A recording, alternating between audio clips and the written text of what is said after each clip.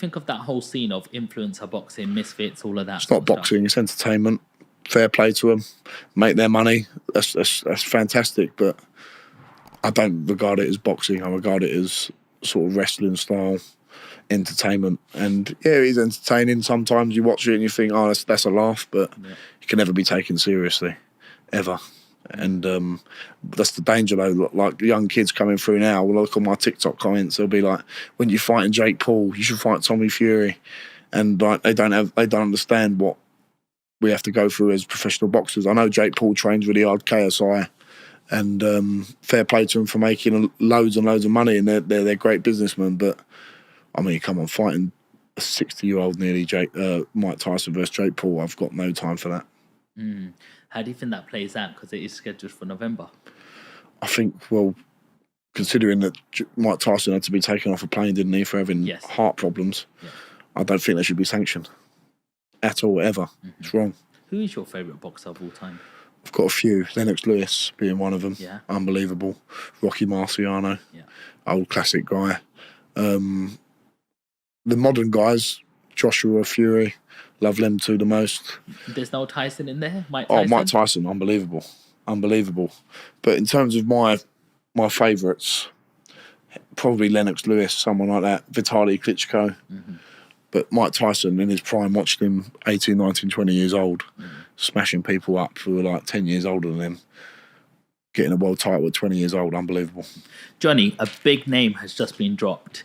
Yeah, everyone's talking about Chisora and you. Yeah. You know, everyone's just like putting you straight into that Another mix legend. now. He's like, War Chisora, they call him, don't him? He's like a real veteran. Couldn't believe he beat Joyce. Couldn't believe that. Yeah, I thought Joyce would be able to deal with him, but Chisora just keeps coming back. He's had 2 wins on the... Is it 2 wins on the bounce now? Who did he fight before? He fought someone else recently, but he just keeps coming back, and if he's still winning, Joe Joyce is a great name to have on your resume. So I've got a lot of time for Joe Chisora. He's a legend, and people have been bounding our names around.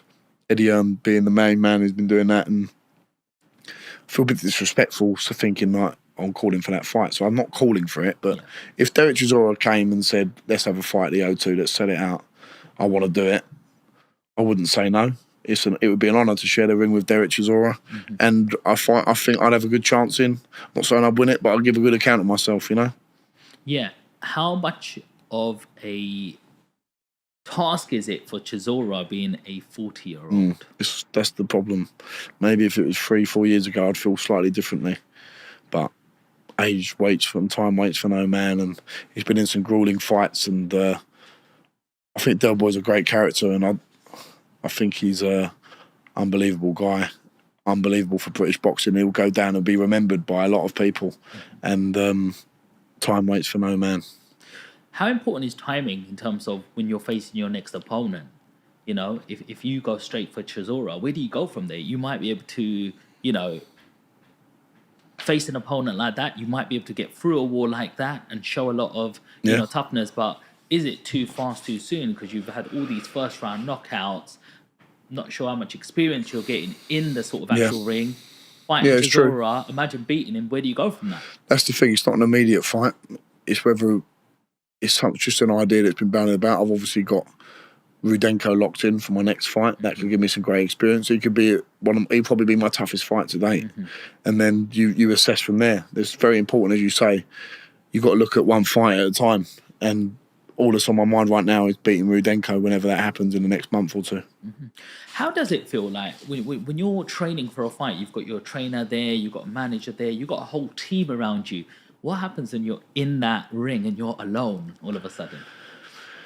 That's it. That's the name of the game, isn't it? Like, it doesn't matter how... This is the thing with boxing. It's quite unique in a way. You don't have 10 other football players on the pitch. You don't have 14 other rugby players. If you cut corners, it's going to show. And if you're moaning about coaches, trainers, managers, it's up to you to put them all into line, because at the end of the day, you're the one who's going to be seen in the ring and be accountable for what's happened in the camp. So you've got to take an onus on that and be the boss. Unfortunately, without sounding arrogant or belittling the other people, you've got to be in control, because the only person it comes down on when it all goes wrong is you. That's the bottom line. And you're the one who takes the punches in the head. No one else does. Not your manager, not your trainer, not your promoters, not your strength and conditioning coaches. They're all part of your team, but the one who's going to be getting punched in the face is you. Does it ever get to you mentally? No. I love it. I absolutely love what I do. I get to go up and train every day. I love training. It keeps my head screwed on. If I couldn't train, I think I don't know what I'd do. It keeps me sane, for like it does for a lot of people. So yeah, I absolutely love the ability that I've got to go and train and do something I love every day. Before you're ready to challenge for a major title, what milestone do you feel that you need to hit? I don't think of it in that way, Sean. I don't think I have to hit anything. I think the map is in my destiny of where I'm meant to go. All I have to worry about is winning the next fight. There's no milestone I think of in my head that I think, well, I've got to do this amount of this or do that. It's all mapped out already. All I've got to do is dedicate myself 110%, and then the rest will follow.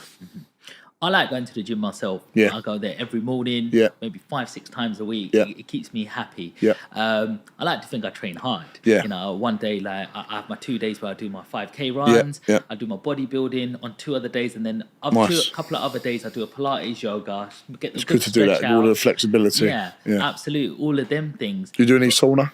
Not anymore, because I go to a simple gym that doesn't have it, but I used to do it before. But sauna's really good. Yeah, I like using that, especially after you do a run. If you get in a sauna straight after a run, it actually accelerates and accentuates your cardiovascular fitness, because your heart's still doing a lot of work. Okay, Keeping where your temperature's going up. So there's a lot of science in the sauna, obviously releasing toxins and stuff. I really like using the sauna. So what I'm getting to here, Johnny, is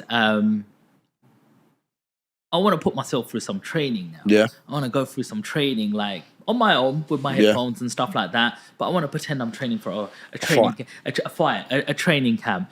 What does a camp look like? Tell us from the inside. What does your days look like as leading up to the Rudenko fight, for example? You can't go out, can't drink. You've got to stay in your house as much as you can. You've got to cut back on things like this as much as you can when you get to 4 or 5 weeks out. If you're out too late, my dad will be ringing me saying, no, you're too late. My mum won't let me do this. You need people like that reminding you. All it is you go up, you wake up, have a nice breakfast, go training, come back and sleep, go training again, then get in a sauna afterwards, walk your dog in between all that, have a bit of food at home or in your local restaurant where you can chill, go to sleep, do it all again the next day. No going out on Friday nights, Saturday nights.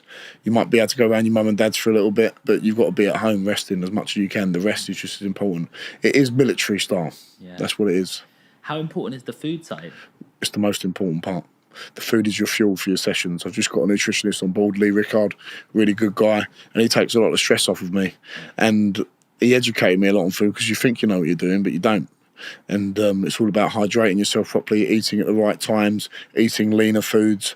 And I've really noticed a change in my body shape the last 6 months, because I've really tightened up all my nutrition. Yeah. That's the little 3-4-5% that you need to get to the next level. So food is fuel. It's not food, it's fuel for your training, and that's what you've got to remember. Do you feel stronger with the new nutrition going in? I feel stronger, I feel leaner, but I'm still the same weight. My body fat's come down. That's just the byproducts of it. But that's a nice feeling, and you feel fit and strong. I feel powerful, and I wake up in a good frame of mind, and I know that I'm doing everything correctly, and that's good for your mental side as well, because you know you're ticking boxes mentally. That's just as important. When you eat bad food, you feel bad. You are what you eat at the end of the day. Well, talking about food, I know you do like a certain Chinese. Yes, I do. That's what's had to change the most. I used to love the Chinese on a Saturday night. I don't even have that anymore. When I had the Chinese yesterday, we had a Chinese sit down. I have boiled rice, and the Blue Orchid made me like a beef Cantonese style dish, which is just like really fresh beef with vegetables in it, ginger, soy sauce. It is absolutely beautiful. I don't have any of the sweet and sour chicken balls, lemon chicken, sweet and kumpo prawns. I can't have any of that. I just have the grilled, the boiled rice with a nice bit of beef Cantonese style, and it's nutritious. The Blue Orchid's a great place. They cook everything fresh, and I can enjoy that guilt-free. How important is it to eat well even when you're not in camp as well? That's what I've had to change. I've had to make sure that I eat well all year round. Not just like listen, after a fight, I had the 5 guys have something else bad on a Sunday, and then this fight, I just thought, right, that's enough now. I want to get back to eating healthy, because I used to spend 5-6 weeks eating rubbish, and I'd not get really fat, but you notice a little bit difference in your body composition, and you feel sluggish, and it's just like a big claw back. You've got to train for 4 weeks to get back to any sort of fighting fitness. And